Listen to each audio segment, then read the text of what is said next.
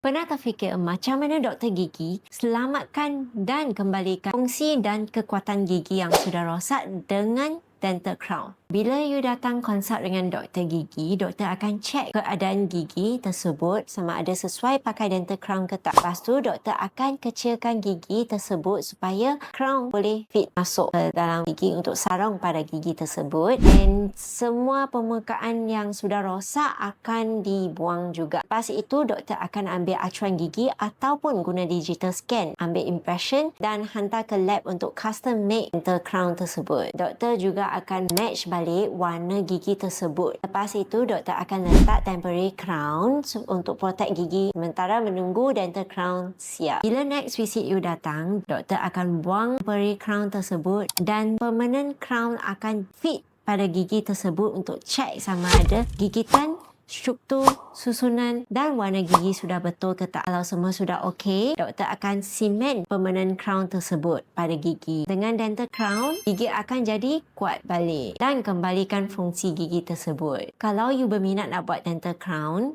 boleh DM doktor dulu.